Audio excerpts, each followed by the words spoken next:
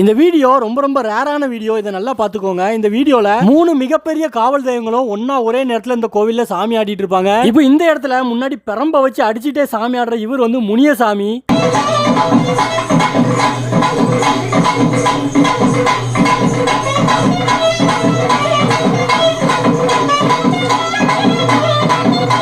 சைடுல ஒருத்தர் வல்லையம் வச்சுட்டு சாமி ஆடிட்டே நிக்கிறாரு பாத்தீங்களா, இவர் வந்து சுடலை மாடன்.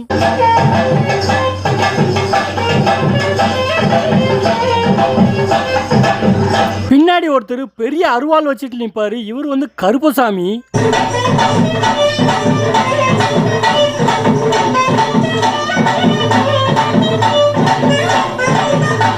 இந்த கோவில் வந்து சிவகாசி விஸ்வநத்தம் கிராமம் பக்கத்தில் இருக்குது.